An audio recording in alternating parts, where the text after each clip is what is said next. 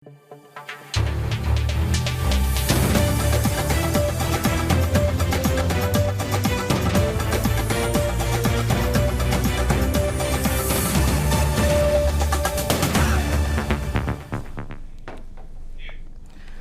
দর্শক, স্বাগত জানাচ্ছি আজকের সম্পাদকীয়তে। আমি আহমেদ সালেহিন।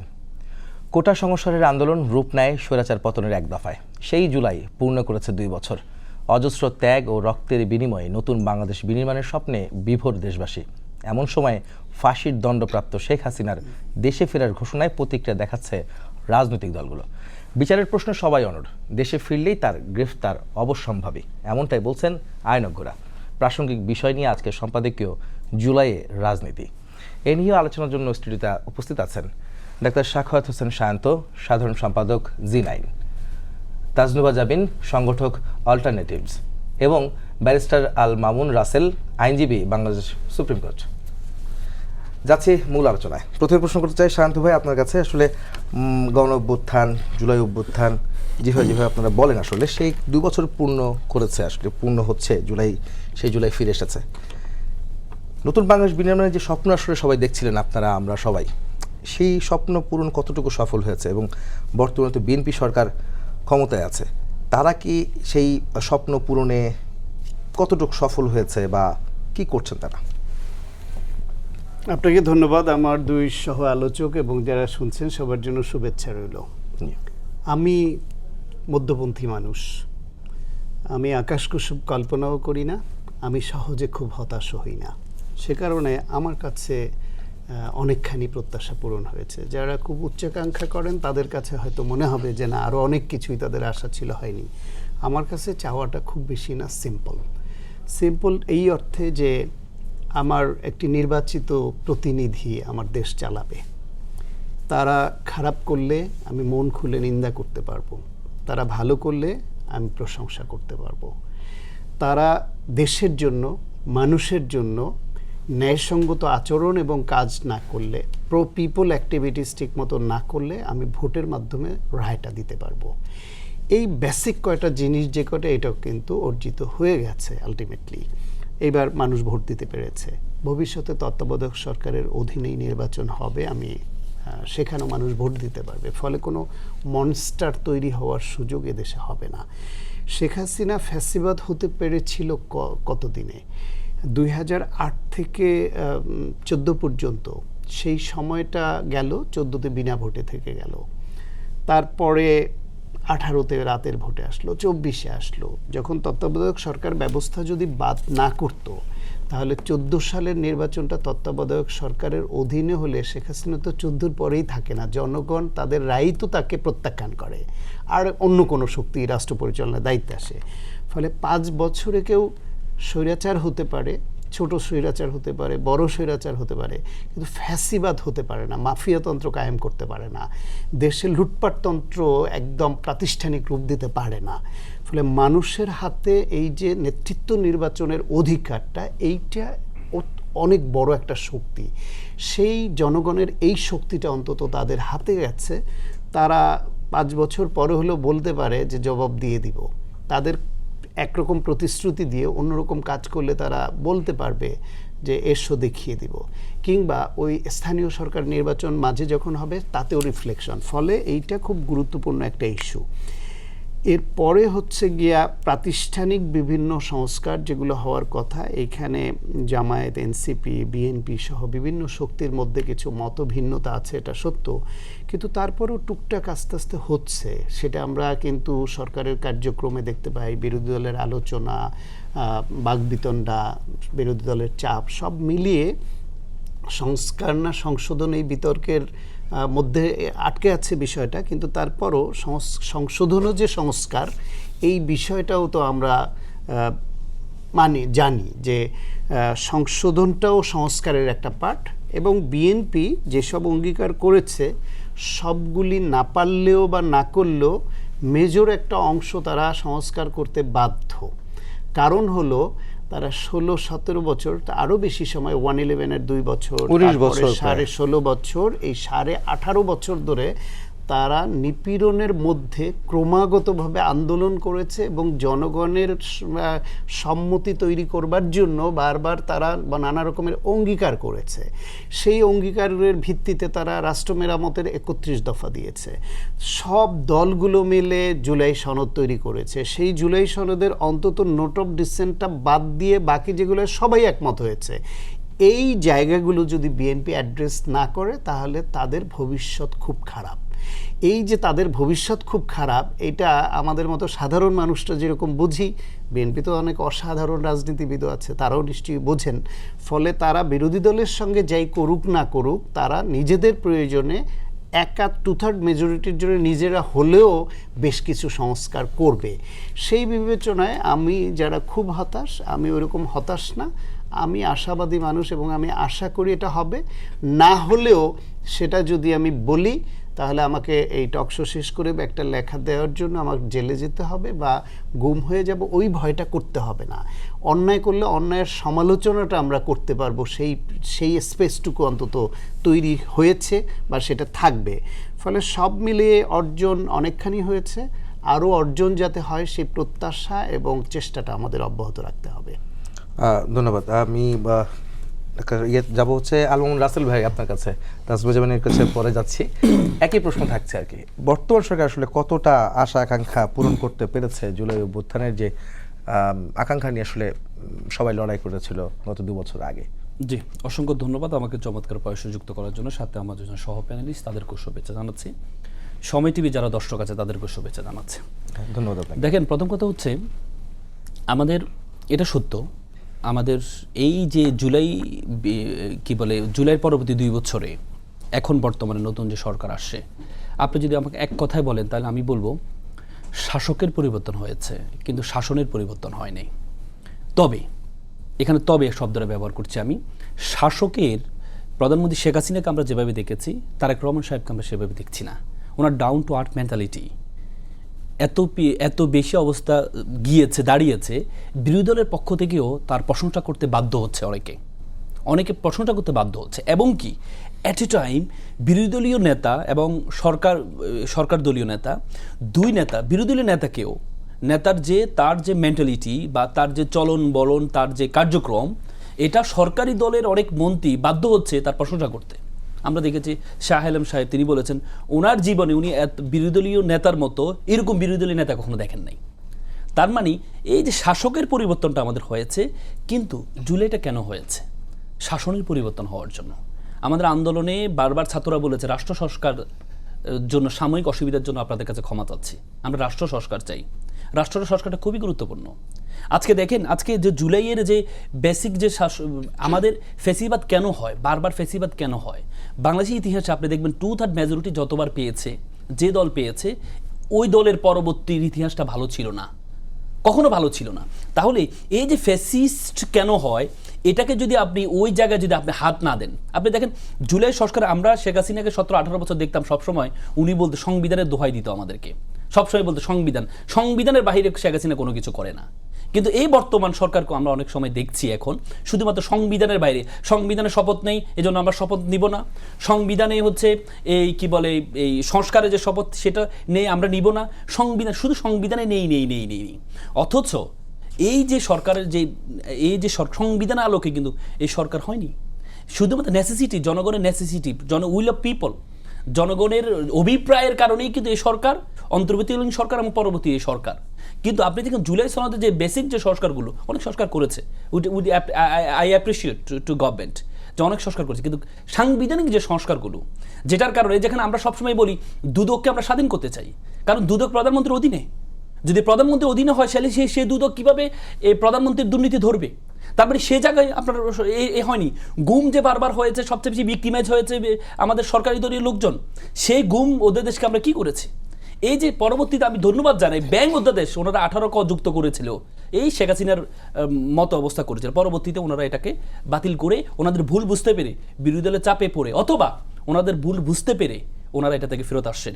কিন্তু ব্যাপার হচ্ছে জুলাই সংস্কার আপনি একটু রাখেন 31 দফা, যে 31 দফাটা বিএনপি 2023 সালে হোটেল ওয়েস্টিনে পুরো সকল মিডিয়া, পৃথিবীর সকল মানে আন্তর্জাতিক মিডিয়া এবং জাতীয় মিডিয়ার সামনে প্রকাশ করেছে।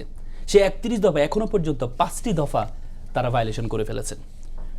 তাদের 31 দফা কোনটা জুলাই কোনটা? আমি ধরে ধরে বলতে পারি। আপনি 1 নম্বর দফা ওনারা বারবার বলছেন ওনারা সংবিধান সংস্কার কমিশন করবেন, কিন্তু এখন ওনারা সংশোধন করতে চান।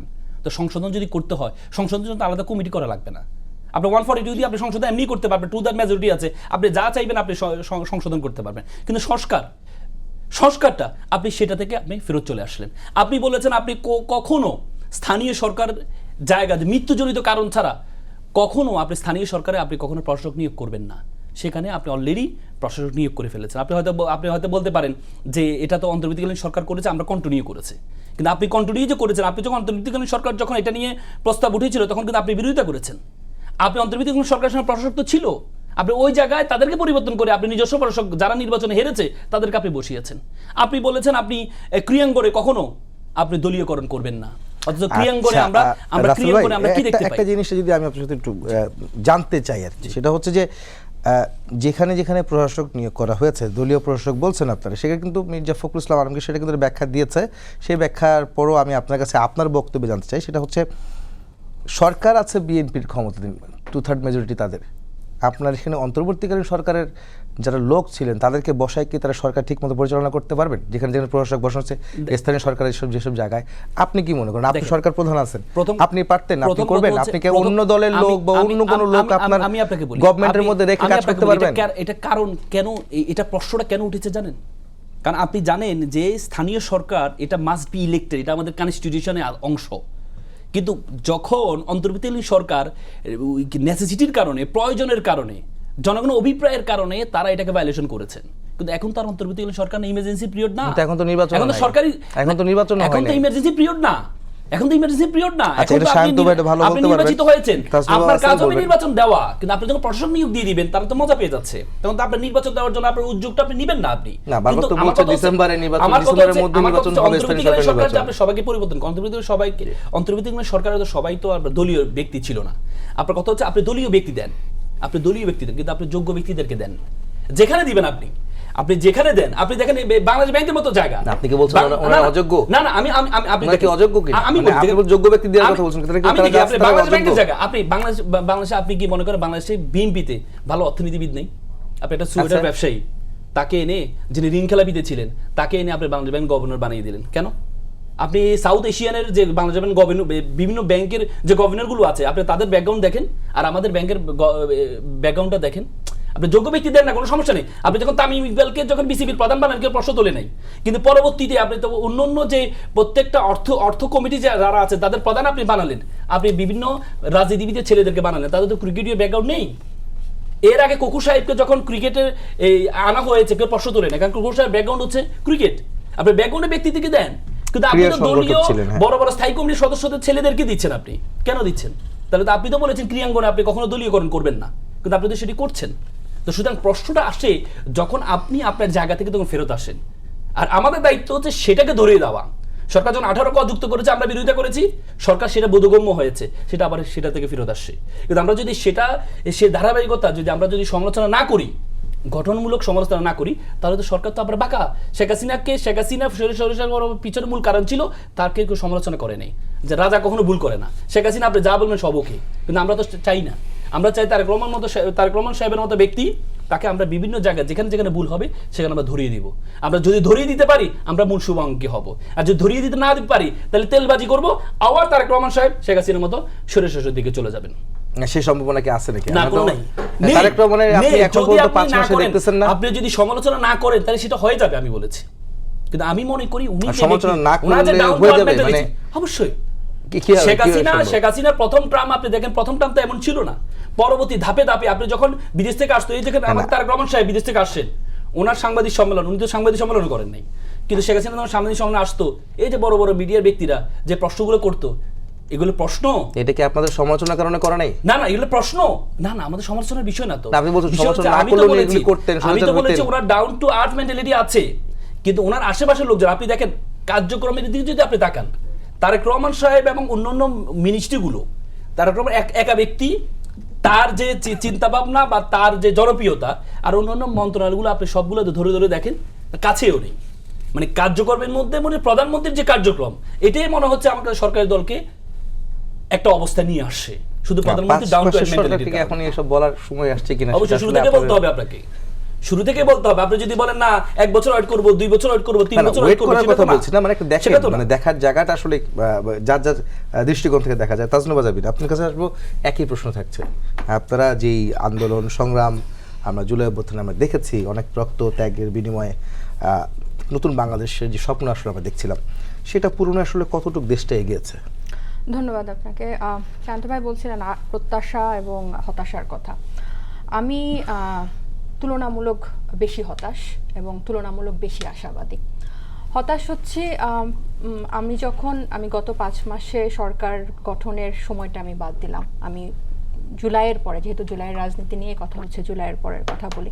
এটা এমন না যে গণ অভ্যুত্থানটা হয়েছে এবং এর পরে আমরা যে পরিবর্তনগুলো, রাষ্ট্র সংস্কারের যে পরিবর্তনগুলো আমরা চেয়েছি, এবং 5th আগস্টের পরে যে আলোচনা বাংলাদেশে সবচেয়ে বেশি ছিল এই সংস্কারের বিষয়টা, এটা যে এই 24-এর পরে নতুন এরকম কিন্তু না।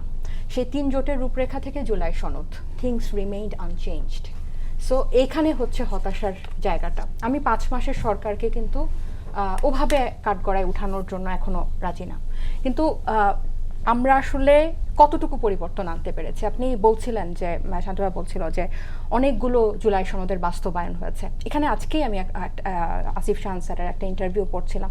133টা অধ্যাদেশের মধ্যে 97টা পাশ হয়ে গেছে। শুনলে মনে হবে যে মেজরিটি তো পাশ হয়ে গেছে, কিন্তু আপনি যদি এটা একটু পার্সেন্টেজের হিসাবে দেখেন, এখানে যেই অধ্যাদেশগুলা সরকারের জবাবদিহিতাকে প্রশ্ন করে বা নিরপেক্ষতাকে প্রশ্ন করে, সেগুলো সব কিছু আনচেঞ্জ হয়ে গেছে বা সামান্য পরে উঠানো হবে বিল আকারে বা সংশোধন করে ওইটার কার্যকারিতাটাই নষ্ট হয়ে গেছে। সো এখানে যে আমরা 17 বছর নির্বাচন পাই নাই, 3টা অবৈধ নির্বাচন গেছে, এখন নির্বাচিত একটা সরকার এসেছে, আমরা সবাই ভোট দিয়ে একটা নির্বাচিত সরকার পেয়েছি। কিন্তু নির্বাচনটাই কি শুধু গণতন্ত্র? এটার মধ্যে কিন্তু একটা ভুল আছে যে 5 বছর পর পর একটা নির্বাচন হচ্ছে তত্ত্বাবধায়ক, সো আমরা এটা একটা অংশ, এটা হচ্ছে গণতন্ত্র না।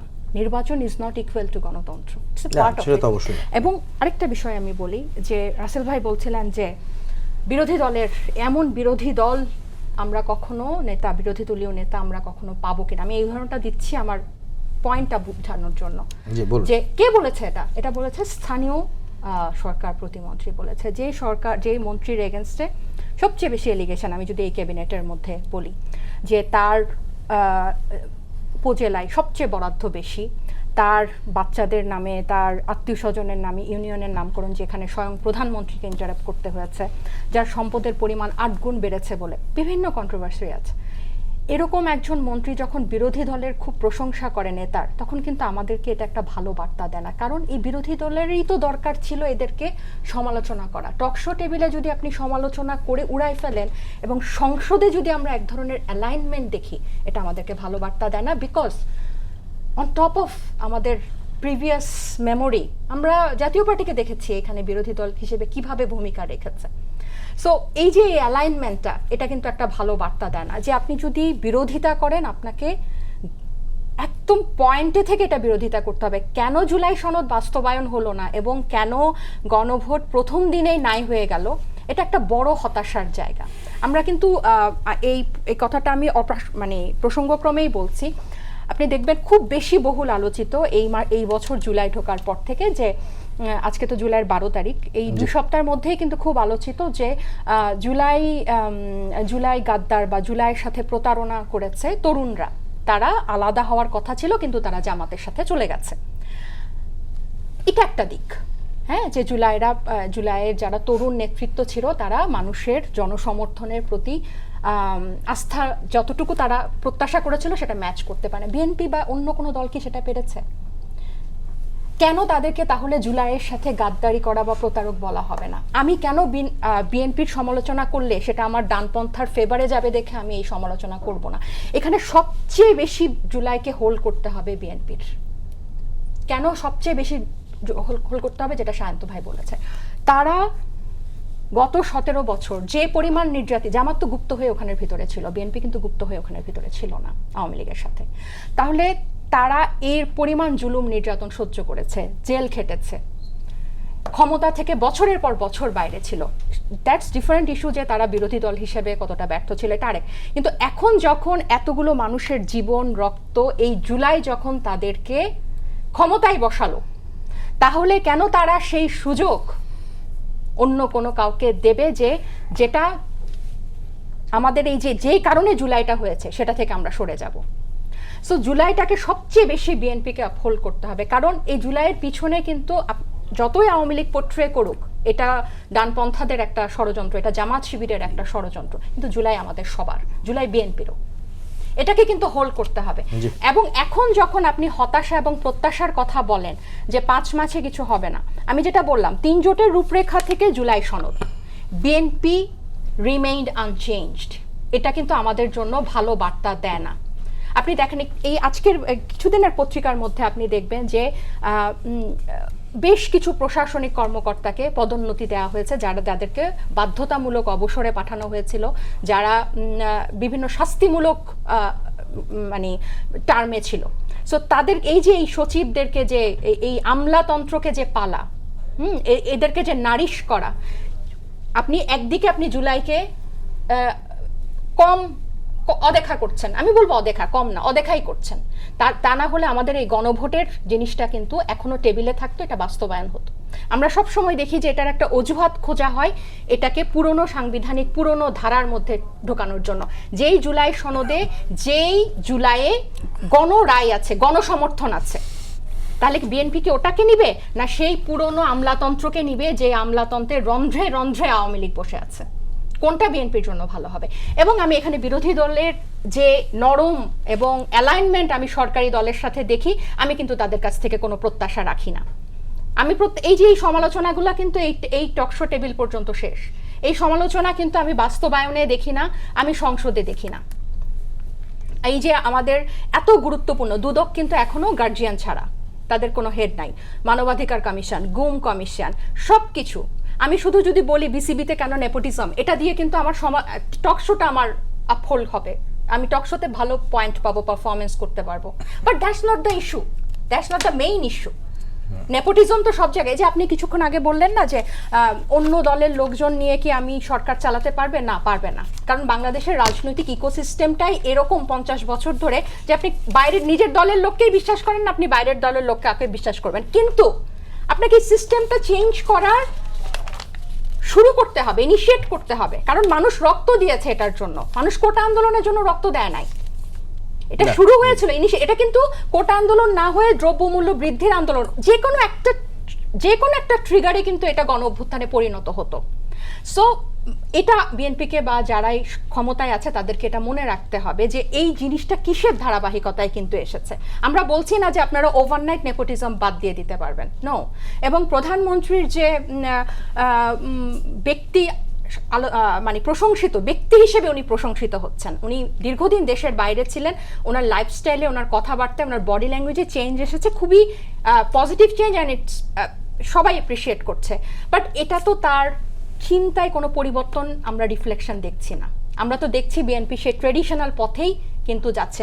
একটা ছোট এটা বলে আমি শেষ করছি, গত কয়েকদিনে বাংলাদেশের বন্যা পরিস্থিতি কত অবনতি হয়েছে আপনি জানেন। আমি আজকে গুগল করে দেখেছি যে আমাদের ত্রাণ মন্ত্রীকে, যে আমি দেখি নাই ওনার কোনো বক্তব্য হয়তো এসেছে মন্ত্রী বা ত্রাণ ও দুর্যোগ মন্ত্রণালয়ের মন্ত্রী প্রতিমন্ত্রী, আমি হয়তো জানি না। আমি জাস্ট জানার জন্য দেখলাম যে ওনারা কি উদ্যোগ নিয়েছে। উনি বলেছে যে প্রধানমন্ত্রী খবর রাখছেন, 11 জুলাইয়ের একটা নিউজ, প্রধানমন্ত্রী রেগুলার খবর রাখছেন। এগুলো কিন্তু একদম পুরনো, একদম পুরনো কাজও করছে মনে হয়। গতকাল যেমন আমরা আমি এটা নিয়ে আমি বললাম তো, আমি গুগল করে আমি নিউজ দেখেছি। আমি আপনাকে এটার একটা মানে পার্সপেক্টিভটা বলছি যে আপনি যদি পুরনো ধাঁচে, পুরনো নিয়মে আপনার মন্ত্রণালয় এবং আপনার সরকার পরিচালনার টেন্ডেন্সিটা দেখান, হ্যাঁ 5 মাস খুব কম সময়, খুবই কম সময়, কিন্তু আপনি তার থেকেও কম সময়ে গণরায় উপেক্ষা করে ফেলেছেন। আপনি কিন্তু প্রথমেই কিন্তু অনেক বড়, প্রথম 12 ফেব্রুয়ারি 13 ফেব্রুয়ারির মধ্যে কিন্তু আপনি একদিনে অনেক বড় কাজ করে ফেলেছেন। সো এটা আমাদেরকে ভালো বার্তা দেয় না। সো ওইখানে হচ্ছে আমার হতাশার জায়গাটা, এবং আশাবাদী আমি সবার থেকে বেশি এই কারণে, যেটা এটা কিন্তু ওই মানে সহজ হবে না বিএনপির জন্য। এটা কিন্তু শুধু মুখের সমালোচনা বা মুখের বাধাতে থাকবে না। গতকাল একজন এমপি বলছিলেন যে আরো 100 বছরে বাংলাদেশে গণ অভ্যুত্থান হবে কিনা সন্দেহ, আরো আগে হবে, 2 বছর পর পর হবে, হয়তো এটার ব্যাপ্তি এরকম থাকবে না। কিন্তু বাংলাদেশের মানুষ এই শোষণ আসলে আর মেনে নিবে না। খুব অল্পতেই কিন্তু মানুষ রাস্তায় নামবে, সেটা যার বিরুদ্ধেই হোক, সেটা তরুণদের বিরুদ্ধে হোক, সেটা বিএনপির বিরুদ্ধে হোক, সেটা জামাতের বিরুদ্ধে হোক। বাংলাদেশের এই যে দেখেন আজকে 2 দিনের সকালের বৃষ্টিতে পুরা ঢাকা শহর অচল। আপনার কি মনে হয় এগুলো মানুষকে স্বস্তি দেয়? আমরা বসে এখানে টকশো করছি আর মানুষ পানিতে বসে, মানুষ ওইটাই দেখছে। হকারকে পুনর্বাসন না করে আপনি মানুষও মনে করছেন না, তার সবকিছু ভেঙে দিচ্ছেন, এটা ওর মাথায় থাকবে। প্রত্যেকটা বাস টার্মিনাল, লঞ্চ টার্মিনাল থেকে কি পরিমাণ চাঁদা দিতে হচ্ছে এটা তো ওর মাথায় থাকবে। সো এখন হকারের কথা যখন বললেন, হকার যখন ও দাগ টেনে দেয় রাস্তার মধ্যে, তখন তো আবার ফেসবুক গরম হয়ে যায়, সমালোচনা হয় যে সরকার তাদেরকে পুনর্বাসন করছে সে রাস্তার মধ্যেই করছে। শান্ত ভাই, এটা না আমি শেষ করি। আপনার কি বলেন, আপনি নিশ্চয়ই দাগ টানার ছবি দেখেছেন? হ্যাঁ, এটা নিয়ে বেশ সমালোচনা হয়েছে। না, সমালোচনা না, আপনি কি ওই ভিডিও ফুটেজ বা ছবিটা দেখেছেন যে যেখানে দাগ টেনে টেনে ওই ট্রলিগুলা বসাচ্ছে? এটা কোনো মানে কি বলবো, মানে কোনো টেকসই হকার পুনর্বাসনের পন্থা হতেই পারে না যে আপনি চক দিয়ে, এটা বাচ্চাদের মতো, এটা চক দিয়ে আপনি দাগ টেনে দিবেন, ওখানে সে তার ট্রলি রাখবে। আমি কিন্তু বলছি না যে আপনি 5 মাসে বা 5 বছরেও বাংলাদেশ উল্টাই দিবেন, কিন্তু আমি ওই সিমটমগুলা কোনো কিছু দেখছি না। এবং আশাবাদী আমি যেটা বললাম এই কারণে যে জুলাইয়ের পরে এত বড় একটা পুরা প্রজন্ম এই জুলাই বেঁচে থাকবে, জল করবে, এবং এটার সবচেয়ে বেশি সাইড ইফেক্ট বা এটার বাধার মুখে পড়বে কিন্তু বিএনপি। কারণ জুলাইয়ে বিএনপি সবচেয়ে বড় দল ছিল, মানে জুলাই যখন সংগঠিত হয় সবচেয়ে বড় দল, সবচেয়ে বড় সংগঠন, রাজনৈতিক তার পারিবারিক লিগেসি তার বিএনপির ছিল। অন দ্য আদার হ্যান্ড জামাত কখনো মূলধারার রাজনীতিতে আসে নাই। অন দ্য আদার হ্যান্ড ছেলেদের, নতুনদের কোনো সংগঠনই ছিল না, তারা জীবনে কোনোদিন ছাত্র রাজনীতির বাইরে জাতীয় রাজনীতিতে তারা আসে নাই, তারা ক্যাম্পাস অনেক রাজনীতি। তাহলে সবচেয়ে শক্তিশালী কে ছিল? বিএনপি ছিল, যেটা রিফ্লেকশন আমরা 5th আগস্টের পরে বা ওই সময়কালীন কিন্তু আমরা দেখি নাই। সো এই জন্য আমরা আশাবাদী, এই জায়গাটাতে আমরা আশাবাদী। আমি আপনার কথা বুঝতে পারছি তোসলা বাবা। আমি আপনার কাছে আরো প্রশ্ন ছিল, কিন্তু এই বিষয়ে শান্ত ভাই আপনি কিছু বলবেন কিনা? ওনার তো বেশ কিছু বিষয় শুনছিলেন, নেপোটিজম থেকে শুরু করে সরকারের বেশ কিছু উদ্যোগ তার কাছে পছন্দ হয়নি বা আসলে সমালোচনার জায়গায় তিনি নিয়ে গেছেন। না, সমালোচনা করতে হবে তো, এবং সবকিছু পছন্দ হবে এমন তো কোনো কথা নেই। আমি বিএনপির সাপোর্টার, আমার নিজেরও তো এই সরকারের সবকিছুতে যে পছন্দ হচ্ছে এমন তো নয়। এমনকি প্রধানমন্ত্রীর নিজেরও তো তার সরকারের সবকিছু পছন্দ হচ্ছে না বলে মন্ত্রীদের ভর্ৎসনা করছেন, হস্তক্ষেপ করছেন, ইউনিয়নের নাম করতে যাচ্ছে সেটা থামিয়ে দিচ্ছেন। ওই তার এবং বেগম খালেদা জিয়া এবং প্রেসিডেন্ট জিয়াউর রহমানের নামে 3 জনের লেখা 3 বই স্কুলে রাখা বাধ্যতামূলক করছে, সেটা তিনি ক্যান্সেল করে দিচ্ছেন। তার নিজের ছবি দিতে বলছে, সেই সরকারি প্রোগ্রামে ব্যানারে তার ছবি যাবে না, সেটা করছেন। তার মানে হচ্ছে গিয়া তার সরকার এবং তার দলের অনেক কার্যক্রম প্রধানমন্ত্রী নিজেই পছন্দ করছেন না। সমালোচনার জায়গা থাকবে। দুর্নীতি দমন কমিশন, মানবাধিকার কমিশন নিয়ে যে দেরি হচ্ছে, এতে সরকারের বিরুদ্ধে যে সমালোচনা হচ্ছে, দল প্রশ্নবিদ্ধ হচ্ছে, ফলে এইটাও তো আমার কাছে মনে হচ্ছে ঠিক হচ্ছে না। আরও দ্রুততার সঙ্গে এইটা যথাযথভাবে, যেহেতু ইন্টারিম গভর্নমেন্টের সময় তারা একটা ফ্রেমওয়ার্ক তৈরি করেছে, হয়তো সেটা হুবহু এখন মানা সম্ভব না এই নির্বাচিত সরকারের পক্ষে, কিন্তু ওইটাকে বেস ধরে আপনি কোনটুকু বাদ দিবেন আর কোনটুকু অ্যাড করতে চান সেভাবে করে ফেলেন, তাহলে তো এই সমালোচনার স্কোপটা বিরোধীরা পায় না। সুতরাং এইরকম সমালোচনার জায়গা তো আমার আছে, কিন্তু পাশাপাশি এটাও তো বলতে হবে, আমরা তো এই সরকারের সময় এখনো একটা ক্রস ফায়ার দেখেছি। এই সরকারের সময় কেউ গুম হয়েছে, সে গুম দেখেছি। এই সরকারের সময় কি আমরা বিরোধী দলের রাজনীতি করবার অধিকারকে রাষ্ট্রীয় বাহিনী ব্যবহার করে সংকুচিত করে দেওয়ার যে প্রবণতা বিভিন্ন সময় ছিল, সেটা কি আমরা দেখেছি? এই সরকারের সময় বিরোধী দলের নেতা কর্মীরা সরকার প্রধানকে নিয়ে, তার মন্ত্রীদের নিয়ে, তার ফ্যামিলিকে নিয়ে এত জঘন্য বাজে কথা, এমনকি হুমকি, প্রকাশ্য ফৌজদারি অপরাধ, এইরকম হুমকি দেওয়ার পরও কারো বিরুদ্ধে কি আইনগত কোনো অ্যাকশন নিতে আমরা দেখেছি? খুব ব্যক্তি পর্যায়ে কোনো কোনো নেতার স্থানীয়ভাবে বিভিন্নভাবে গুটি কয়েক হয়ে থাকলে সেটা ধর্তব্যের মধ্যে পড়ে না, কিন্তু রাষ্ট্রীয়ভাবে এরকম দেখেছি, ফলে পরিবর্তনটা আসেনি কোথায়। কিন্তু আমাদের প্রত্যাশা আরও অনেক আছে, সেগুলোর জন্য অপেক্ষা করি। আর একটা হলো ব্যারিস্টার রাসেল, সে ওই যে বলছিল না যে প্রধানমন্ত্রী তারেক রহমানের প্রশংসা করতে বাধ্য হচ্ছে বিরোধী দলও, সমালোচনা করার মধ্যে মতো তেমন কিছু পাচ্ছে না। কিন্তু বিরোধী দলের কাজ তো সমালোচনা, তাদের তো সমালোচনা করতে হবে, সেই জন্য কখনো কখনো তাদের সমালোচনার আইটেম ইনভেন্ট করতে হয়, মানে এটা আবিষ্কার করা ছাড়া সমালোচনা করা মুশকিল হয়ে যায়, যে কারণে খণ্ডিত অথবা একটু টুইস্টেড আকারে তাদের না গিয়ে উপায় থাকে না। ধরেন এই কথাটা বিরোধী দলের বিভিন্ন ইয়েতে এনসিপি এবং জামাতের অনেকেই বিএনপির এই 31 দফার 1 নম্বর দফা নিয়ে কথা বলেন। আমি নিজেও এটার ব্যাখ্যা অনেকবার দিয়েছি যে বিএনপি তার 31 দফার 5টা দফার সরাসরি ভায়োলেট ইতিমধ্যে করে ফেলেছে। তো এই 1 নম্বর দফা যেটা বলে সংস্কার কমিশন করবে, সেটা ভায়োলেট কি করেছে দেখেন। হেডলাইন হচ্ছে সংবিধান সংস্কার কমিশন গঠন, ভেতরে কি লিখছে, একটি সংবিধান সংস্কার কমিশন গঠন করিয়া সকল বিতর্কিত ও অগণতান্ত্রিক সাংবিধানিক সংশোধনী ও পরিবর্তনসমূহ পর্যালোচনা করিয়া এইসব রহিত সংশোধন করা হইবে এবং অন্যান্য অত্যাবশ্যকীয় সাংবিধানিক সংস্কার করা হইবে। তো তারা তো সংস্কার কমিশনের সংশোধনের মাধ্যমে সংস্কারের কথা বলছে।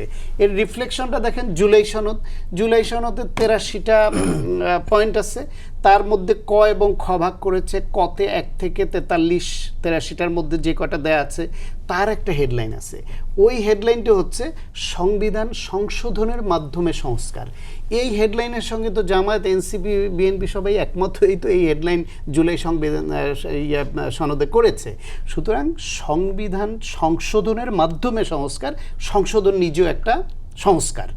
এখন কারো কারো চাওয়া এই সংবিধান পুরো ফেলে দিতে হবে এবং নতুন করে লিখতে হবে, এটা ছাড়া তারা সংস্কার মনে করে না।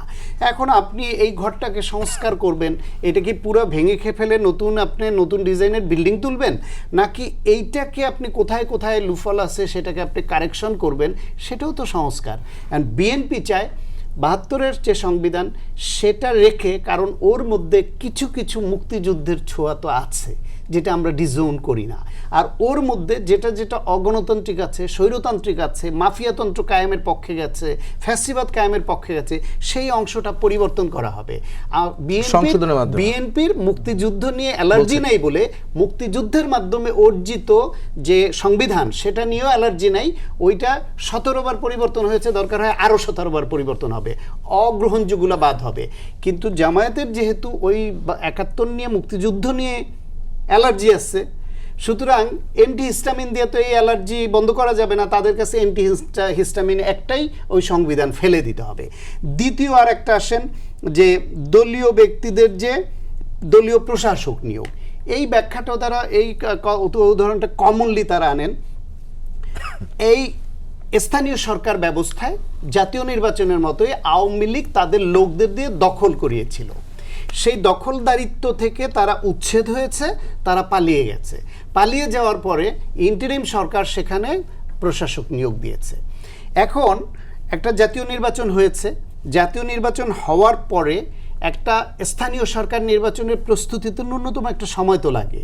এখনই তো সরকার ঘোষণা করেছে যে এই অক্টোবর থেকে আগস্ট থেকে তারা অক্টোবর থেকে নির্বাচন শুরু করবে এবং 10 মাস থেকে 12 মাসের মধ্যে সকল স্থানীয় সরকার নির্বাচন সম্পন্ন করবে। হ্যাঁ, আপনি বলতে পারেন যে এটা আরও 3 মাস আগে কেন করলো না, 3 মাস আগে পরের প্রশ্ন, কিন্তু প্রস্তুতি নিতে 4 মাস, 6 মাস, 8 মাস একটা সময় তো লাগবে। তাহলে ওই সময় কি করবে? তখন এনসিপির উপদেষ্টা স্থানীয় সরকার মন্ত্রণালয়ের দায়িত্বে, জামায়াতের তখন প্রভাব আসছে, বিএনপির প্রভাব আসছে।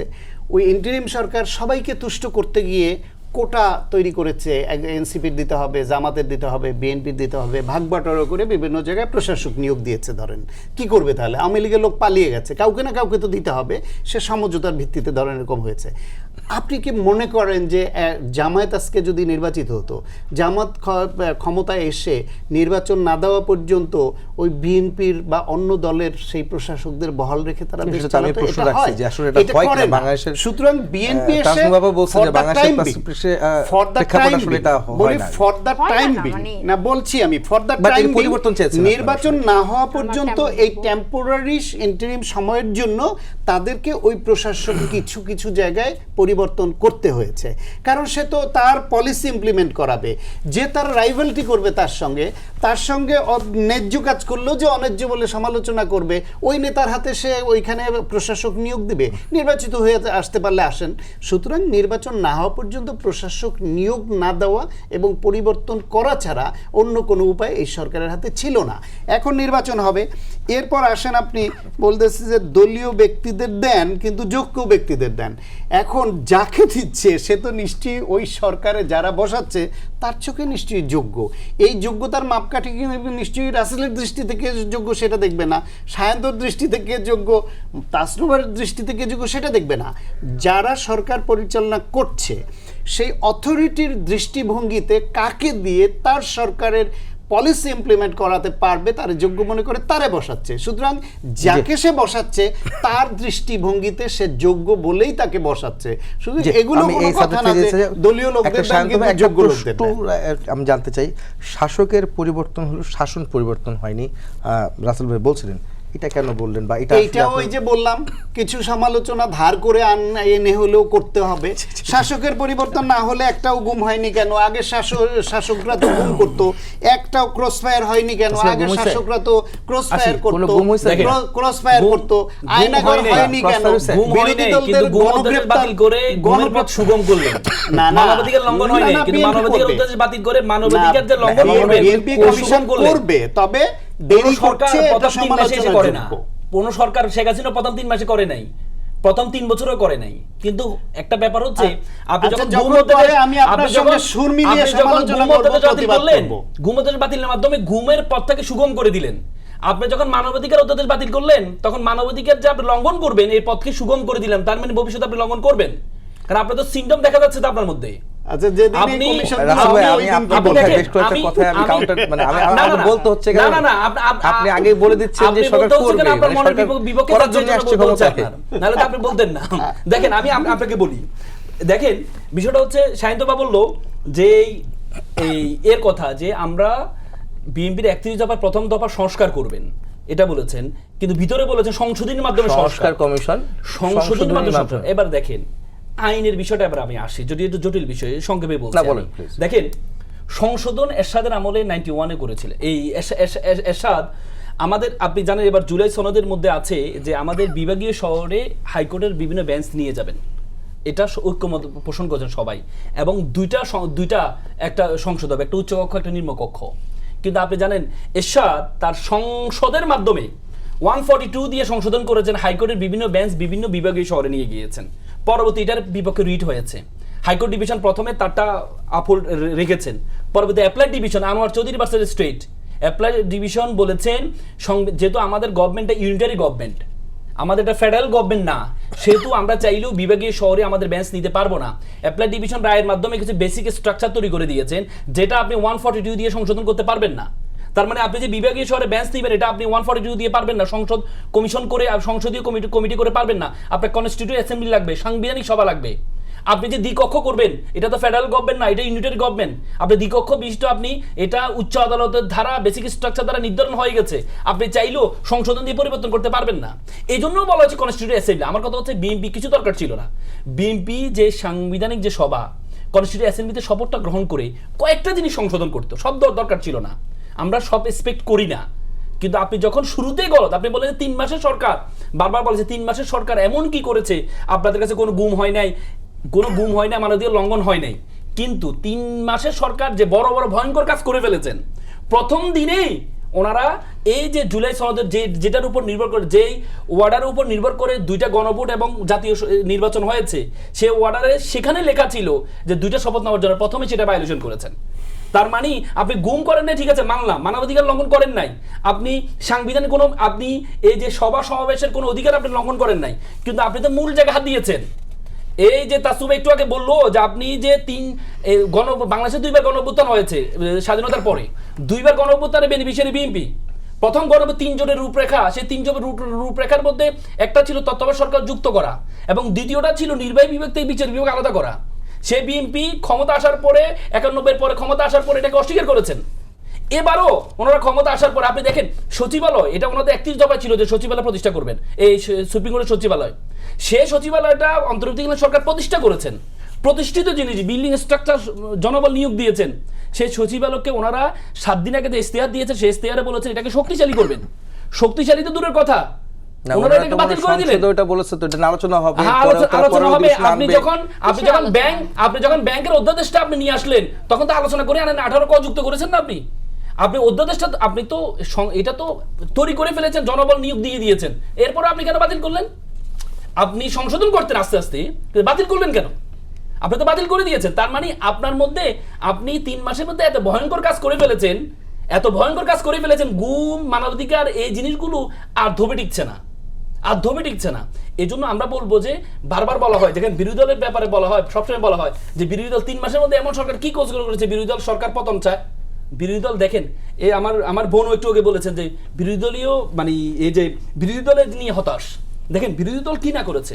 বিরোধী দল যখন গণভোটে অস্বীকার করেছেন, এখন থেকে প্রত্যেকটা বিভাগীয় শহরে তারা সমাবেশ করছে, তারা মিছিল করছে, হয়তো হরতাল দিচ্ছে না, কারণ আমরা তো মনে করি বিরোধী দল মানে হরতাল দিবে, আমরা তো মনে করি বিরোধী দল মানে কি অবরোধ দিবে, গাড়ি ভাঙচুর করবে। গাড়ি ভাঙচুর হচ্ছে না কেন, হরতাল হচ্ছে না কেন? নো, বিরোধী দল মূল জায়গায় যখন বিরোধিতা করেছে, আপনি দেখেন সংসদে বাজেট অধিবেশনে বিরোধী দলে যখন কালো টাকা সাদা করার কথা প্রস্তাব দিয়েছে, তখন বিরোধীদের মুখে প্রধানমন্ত্রী নিজে বলেছেন, আমি বিরোধী দলের পক্ষে দাঁড়িয়ে বলছি কালো টাকা সাদা করা যাবে না। আপনি যখন দোকানের উপরে, মুদি দোকান, যে খুচরা দোকানদার উপর যখন ট্যাক্স আরোপ করেছেন, বিরোধীদের মুখে পড়ে সেটা থেকে সরকার ফেরত এসেছেন। 18 ক যুক্ত করেছেন অধ্যাদেশে, বিরোধীদের মুখে পড়ে সরকার সুবুদ্ধি হয়ে সেটা থেকে ব্যাক এসেছেন। তার মানে বিরোধী দল কি? বিরোধী দল কথা হচ্ছে, এখন আমরা তো এতদিন পর্যন্ত যে বিরোধী দল অভ্যস্ত, সেই বিরোধী দল হয়তো আমরা পাচ্ছি না বলে আমাদের কাছে মনে হচ্ছে যে বিরোধী দল মানে মূল জায়গায় কাজ করছে না। কিন্তু ব্যাপার হচ্ছে বিরোধী দল যেখানে সমালোচনা করা দরকার, গঠনমূলক সমালোচনা করতে হবে। আপনি সব জায়গায় যখন সমালোচনা করতে যাবেন, দেশ আগাবে না।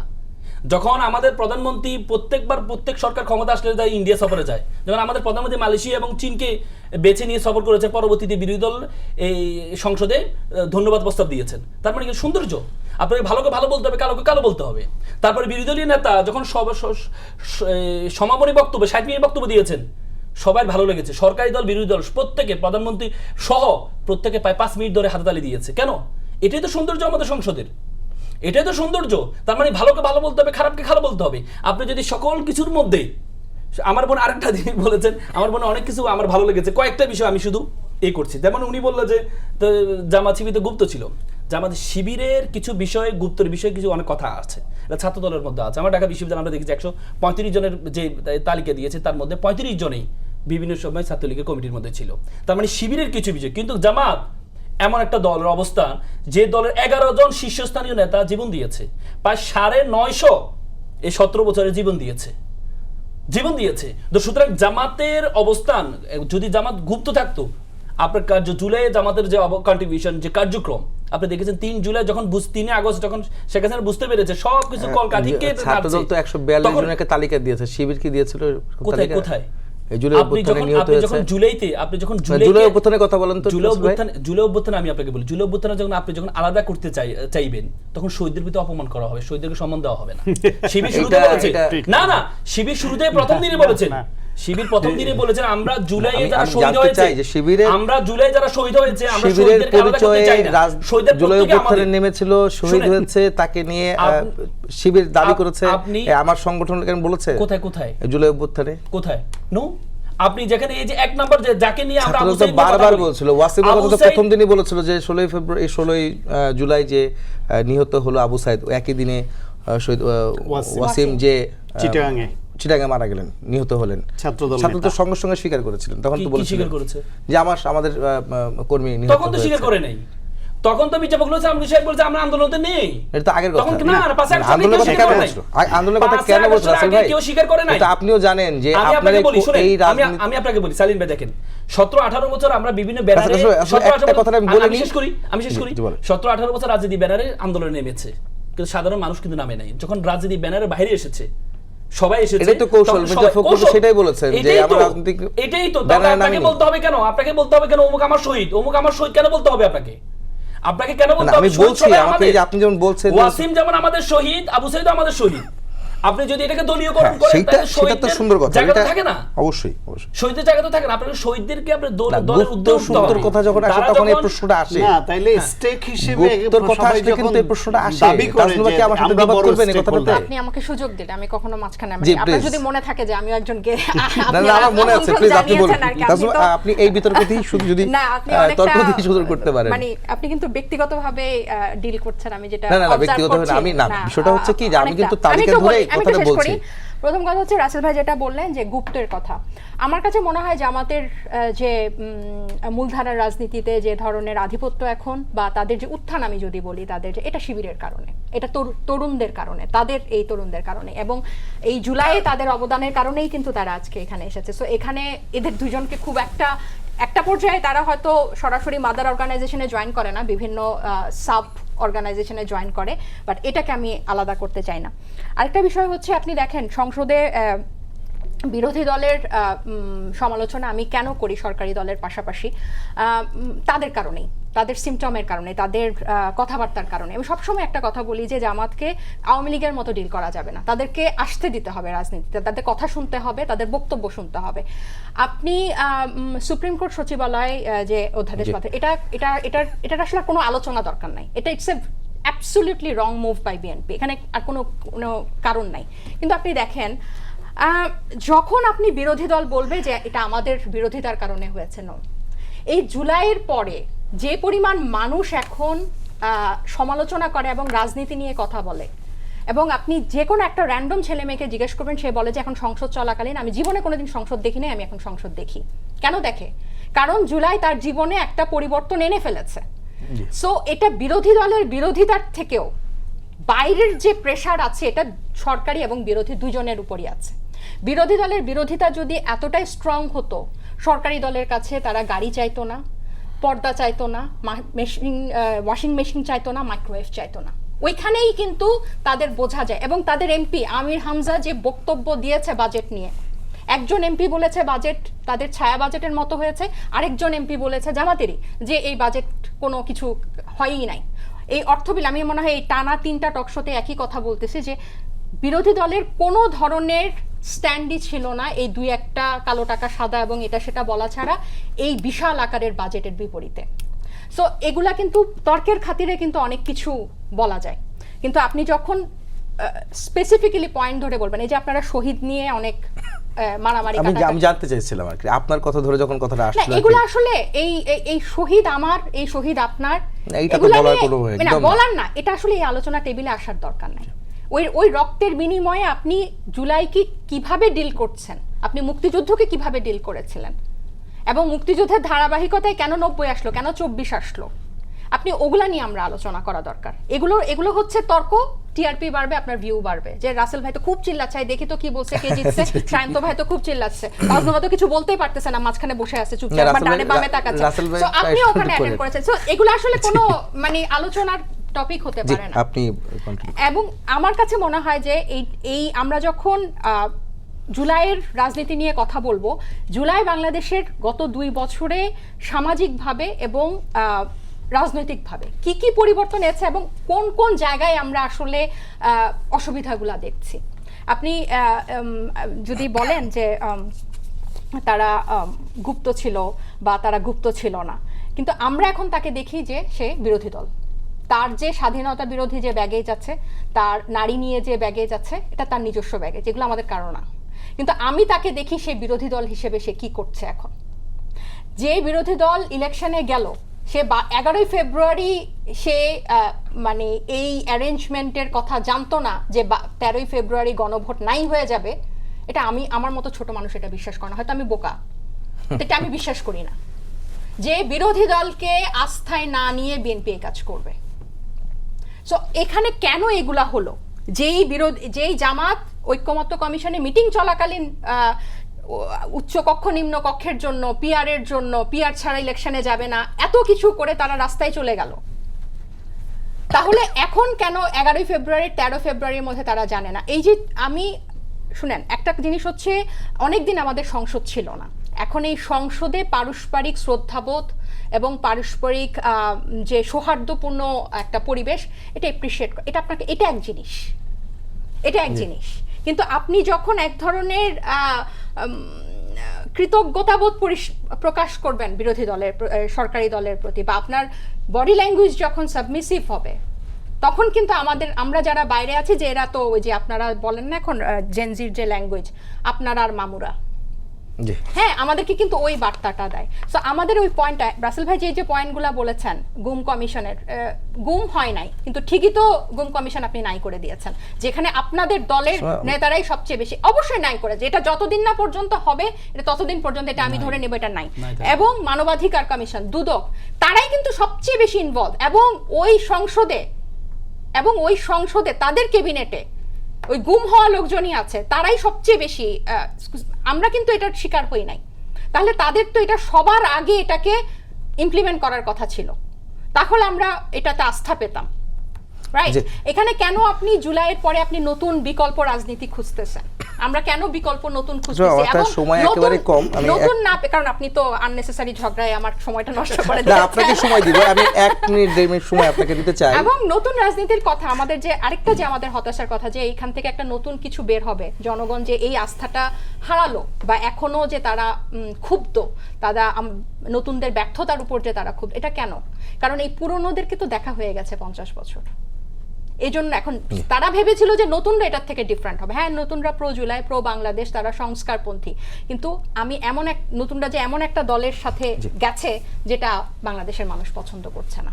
আপনাকে সময় দিতে চাই আরো 1 মিনিট, সেই 1 মিনিটের মধ্যে উত্তর দিবেন। সেটা যখন জুলাই চলছে, 2 বছর হচ্ছে, তখন আওয়ামী লীগের যিনি মৃত্যুদণ্ডপ্রাপ্ত রায় হয়েছে তার বিরুদ্ধে শেখ হাসিনা তিনি দেশে ফেরার একটি ঘোষণা দিয়েছেন ডিসেম্বরের মধ্যে। এটাকে আসলে আপনি কিভাবে দেখেন? ছোট করে বলবেন, 50 সেকেন্ড আছে। এটা আসলে দেখার কিছু না। এটা আমার কাছে, প্রথমে এটা আমার ব্যক্তিগত মতামত, আমি জানি না, আমার কাছে মনে হয় না যে মানে এটা সে মিথ্যা কথাই বলছে। এটা আমার কাছে মনে হয় যে কয়েক মাস সময় নিয়েছে যাতে দলের নেতা কর্মীদেরকে একটু চাঙ্গা রাখা যায়, এবং তার কোনো ছবি, কোনো ফুটেজ, কোনো কিছুই এটা এই জুলাই মাসেই কেন এই ঘোষণা আসলো, মানে কেমন মনে হয় আপনার কাছে? এটার কোনো মানে এরকম খুব ডিপ অর্থ আমি খুঁজতে চাই না। এটা এটা একটা অ্যারেঞ্জমেন্ট হতে পারে, এবং সে এমন একটা দেশে আছে যে দেশকে সে মানে যে দেশকে আওয়ামী লীগ গত 50 বছর সার্ভ করেছে, রাইট? সো ওখান থেকে এবং তার ওই দেশ থেকে আমি মানে সে আসলে সে একজন মৃত্যুদণ্ডপ্রাপ্ত আসামি, পুরো বাংলাদেশের কাছে সে একজন আসামি, সে আর কোনো কিছু না। এবং সে ফিরে আসলে তাকে গ্রেফতার করা হবে এবং সে বিচারের মুখোমুখি হবে। কিন্তু আমি এটা কনভিন্স না, বা আমি এটা মনে করি না যে এই জিনিসটা, এই অ্যারেঞ্জমেন্টটা সত্য। এটা একটা ইন্টেনশনালি সে দলের লোকজনের উদ্দেশ্যে এসে বলেছে। রাসেল ভাই এবং শান্ত ভাই, আপনার তিনজনকে ধন্যবাদ আমাদের স্টুডিওতে আসার জন্য। ধন্যবাদ। এই ছিল আজকের সম্পাদকীয়তে। আগামীকাল আবার দেখা হবে একই সময়। শুভরাত্রি।